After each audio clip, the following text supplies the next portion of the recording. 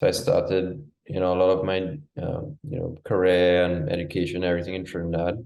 Um, but quite uniquely as well in Trinidad, we a lot of the tertiary educational institutions there partner with universities abroad, and if you see that model in a lot of places as well, right? But we partner with a lot of UK universities. So, I studied and did my my business studies with University of Sunderland through one of the top tertiary educational institutions there. But then from a career wise, I mean, I did almost everything under the sun. I've been in so many different industries and lines of work and so on. And from a pretty much a young age as well, straight out of high school sort of thing, I went, what a lot of people do, they go into the work world, figure things out. I started off in IT, sorry, actually sciences. So I was actually doing sciences, then left and did IT, entered the working world with that sort of trajectory to going into become an IT professional. Started even doing more studies in IT at that point. And then from there I started to realize that, maybe not, I don't want to be so technical, because at one point I was even doing computer repairs and building computers and that sort of stuff, thinking about programming and all that. And realized, no, it's not what I want to do. So went to study business. So I studied business and, started to build a career around those lines. Went into, at one point, it was more sort of like an administrative type role with a educational institution, and sort of realized that this game of management and business is more my speed. So uh move spend some time doing some IT again, still being able to touch in the IT world as well, administered IT courses and working with different universities and working with the accreditation council and so on to design educational like new programs and so on. And I was at that point I was going into actual like a steering committee, so I was part of a steering committee to start strategic direction of the firm, of the company, and realized that I had a sort of a knack for it. And then I sort of stumbled into consulting, to be honest with you. It was never like a plan to become a consultant, especially from where I'm from. In Trinidad, management consulting is not the biggest industry. You don't have the Accentures and so on. There, yes, you might have KPMG, but more from an accounting standpoint rather than business consulting. So, and you wouldn't have such a large landscape of buyers of consulting services, right? You'll have the big corporations that would, but it's few of them.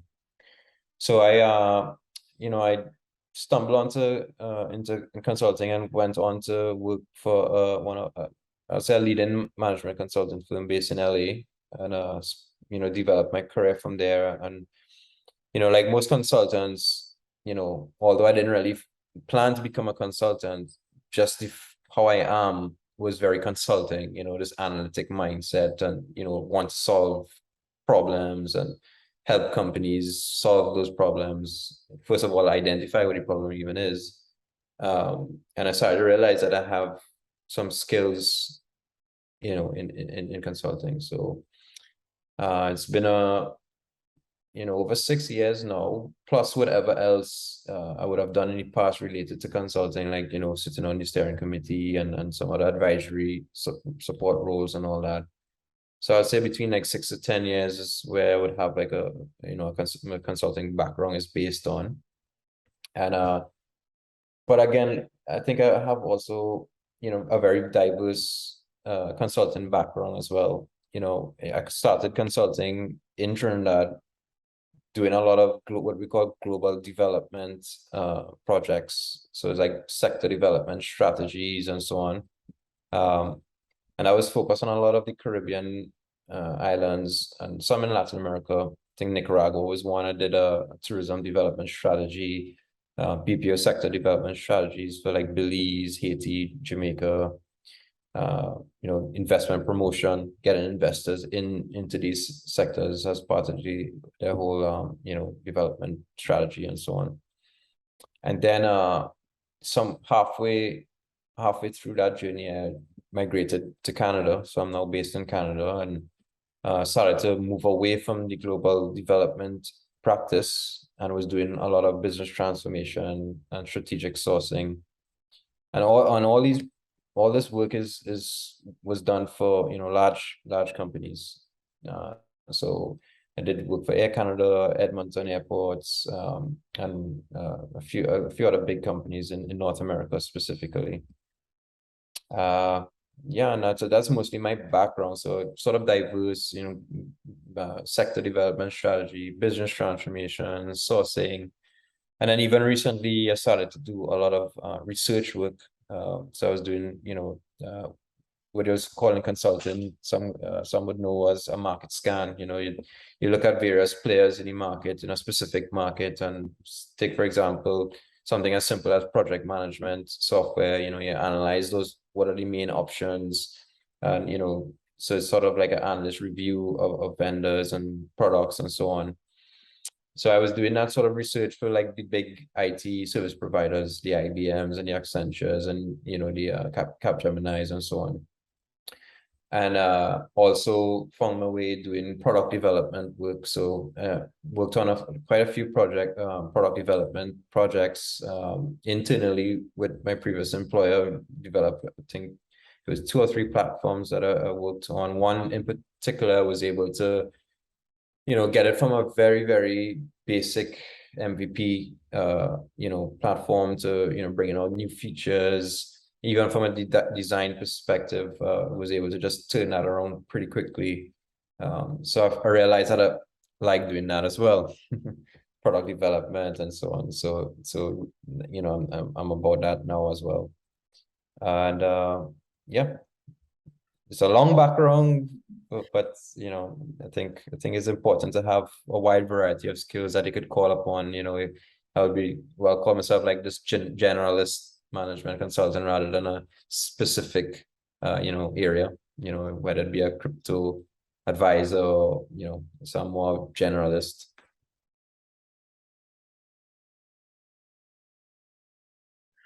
Yeah, I think just what made me stay is realizing that it sort of fits who I am. This, as I was saying, this analytic mindset, being able to see, I don't know, it was the best way of explaining it, but I to see, able to see a bunch of moving parts and find a way to put them together and find out what is the root problems of that are challenges that a company might be facing, and just the idea of just solving those problems. I'm very, what I'll call myself also like an ideapreneur. I like coming up with new ideas, like seeing change, for the good, positive change.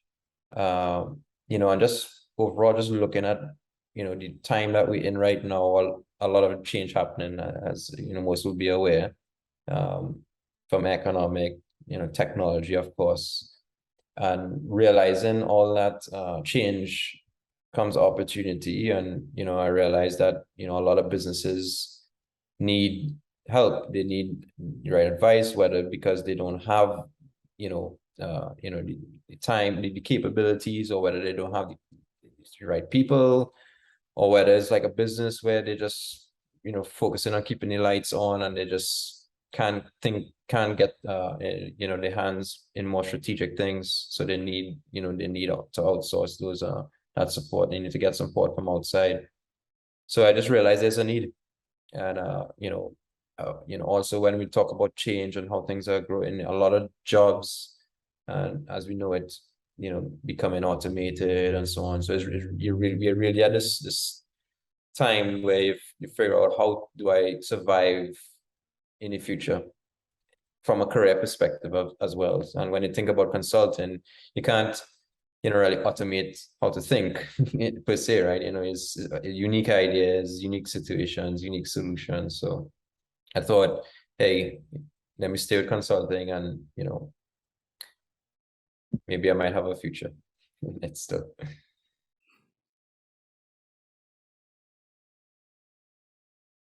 Yeah, I think, you know, I think one of the, I guess I'll say client side and then my side as well. One of the challenges I realize for clients is sometimes they just don't know what the problem really is. And then a lot of the reasons for that is because you're so into your company, right? So yes, you know your company, but then you're looking from inside, right? From an inward perspective, you only could see when you try to identify the problems from inside, but you don't really understand the impacts from the wider environment, and the market is changing so fast. Things, just a change of the pace of technology advancement, for instance, how that really impacting your business, and as you become tied to your own company, trying to figure out, you're just keeping the lights on and just operating. You could become so complacent to what's happening on the outside, and it happened to so many companies, that the changes happen so fast, and you didn't keep abreast that, you basically you lose out, right? Some companies fold because of things like that.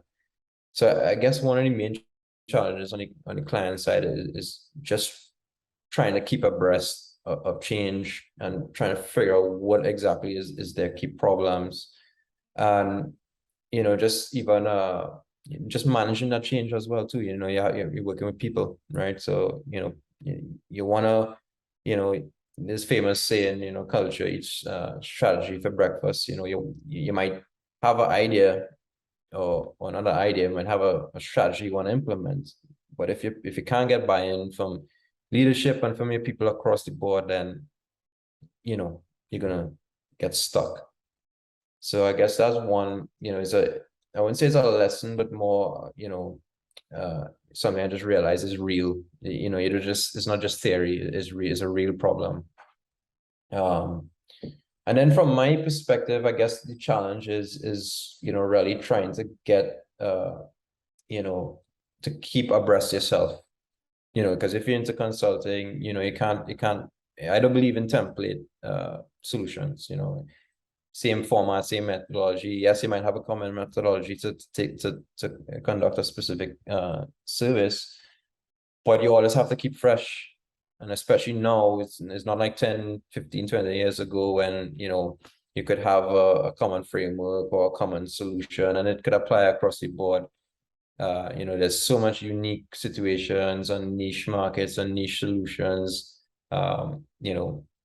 And then obviously adding to that, you're just bombarded by all these, newness, right? So I guess the challenge is just keeping fresh, keeping upskilling yourself, so you could bring value to your clients or added value to your clients, right? Clients don't want to hire a consultant to tell them something they already know. Sometimes they do. Sometimes you want, your consultant to kind of validate, when you think from big companies, they want to validate some of their solutions and so on. So, the consultant said so. But, I think it's just an overall challenge keeping pace with the markets.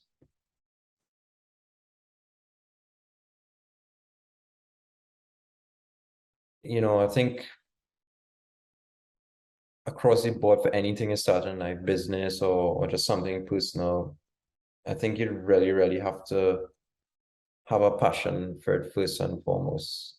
Uh, if you don't have that passion, and you just continue, it'll just become a routine thing, and eventually you're gonna lose, lose focus, and it'll be hard to stay on track, right? I mean, yes, you're gonna have tough days and so on, but just the passion alone could get you back up on your bad days, right? Yeah, I think the advice is really just to figure out what it is that you're most passionate about, um, and then figure out where the opportunity really is. Because you might have a passion to design fashion and sell clothes, but then it's not so easy anymore. You have to, so many competitors out there. You have to know how to have a good online presence so you could actually get promoted. We're moving so fast into this digital world. So you need to have the passion to figure out what truly going to keep you going, to whenever in the future. And yeah, just figure out where the opportunity is and just keep, keep adapting to the change, keep strategizing. You can't get complacent.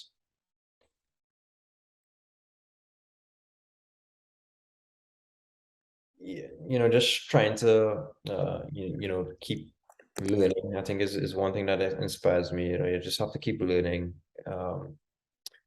and just trying to keep sight of the end of the road for me in terms of my personal situation. It's like and even recently I had times of trying to figure out where specifically I could focus on or not focus on.